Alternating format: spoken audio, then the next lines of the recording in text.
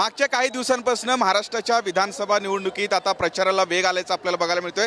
आज संभाजी महाराज नाशिकमध्ये आहेत, एक भव्य रॅली ते एकूणच काढताना बघायला मिळतोय। संपूर्ण महाराष्ट्रात संभाजी महाराज वेगवेगळ्या जिल्ह्यात जात आहेत, प्रचार करतायत आणि पहिल्यांदाच ते विधानसभा निवडणुकीच्या या रिंगणामध्ये जे आहेत कुठेतरी उतरल्याचं आपल्याला बघायला मिळतोय। नेमकं रिस्पॉन्स त्यांना कसं मिळतोय आपण हे विचारूया। महाराज तुम्ही महाराष्ट्रभर फिरताय, काय वातावरण आहे, काही बदल जाणवत आहे? नाही, अतिशय एक चैतन्यपूर्ण वातावरण आहे महाराष्ट्रात। नवीन पक्ष स्वराज्य पक्ष असल्यामुळे थोड्या अडचणीत सुद्धा आहेत, कारण आमच्याकडे त्या पदी रसद नसते, पण लोक कंटाळलेले आहेत, जनता व्यथित आहे, कारण का इतकं घाणेरडं राजकारण 75 वर्षात महाराष्ट्राने केव्हा पाहिलेलं नाही आणि म्हणून एक चांगला पर्याय घेऊन हा स्वराज्य पक्ष आलेला आहे।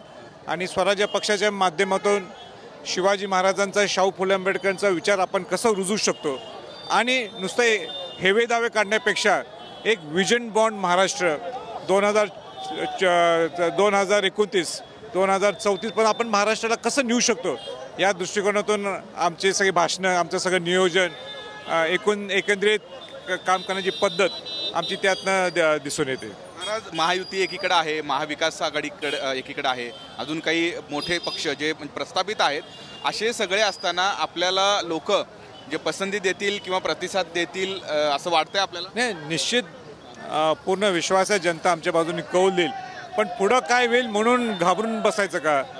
शिवाजी महाराजांनी सुद्धा अन्यायाच्या विरोधात न्यायाची भूमिका घेतली होती, तोच आदर्श पकडून आज प्रस्थापितांच्या विरोधात ही आमची लाईन आहे। म्हणून आमचा एकही उमेदवार प्रस्थापित नाही, सगळे विस्थापित लोक आहेत आणि म्हणून या सामान्य माणूस सुद्धा इलेक्शनमध्ये उभा राहू शकतो, त्यांना ताकद देऊ शकतो, आपण ताकद देऊ शकतो त्यांना। हा यातनं आम्हाला मेसेज द्यायचा आहे। नाहीतर 30-30 वर्ष, 40-40 वर्ष ज्यांच्याकडे पैसा, ज्यांच्याकडे रसद आहे त्यांनीच राजकारण करायचं का? आम्हाला बदलायचं आहे आणि म्हणूनच या स्वराज्य पक्षाची निर्मिती आहे। महाराज, आपण नेहमीच म्हणता की कोल्हापूर नंतर माझा आवडता जर जिल्हा कुठला असेल तो नाशिक। नाशिकमधून खाता आपल्याकडनं जे ते उघडलं जाईल? माझी ते फार अपेक्षा आहे की यावेळी कोल्हापूर आम्ही कुठलाही उमेदवार उभा केला नाही, पण नाशिककरांनी नेहमीच मला प्रेम दिलेलं आहे।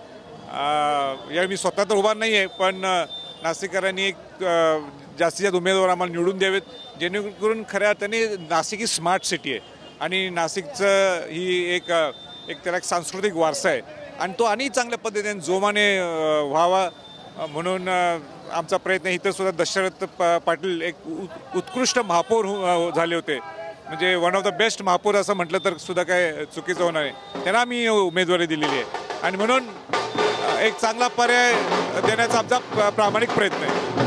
एकूणच संभाजी महाराज आज नाशिकमध्ये आहेत, या निवडणुकीच्या निमित्ताने ते संपूर्ण महाराष्ट्रभर फिरतायत। संपूर्ण महाराष्ट्रामध्ये नाशिक एक त्यांचा आवडता जिल्हा आहे आणि त्यामुळेच नाशिकमधून मला जे अपेक्षा आहे अशा पद्धतीची प्रतिक्रिया त्यांनी नाशिकमध्ये दिलेली आहे। किरण गोटूर, जय महाराष्ट्र न्यूज, नाशिक।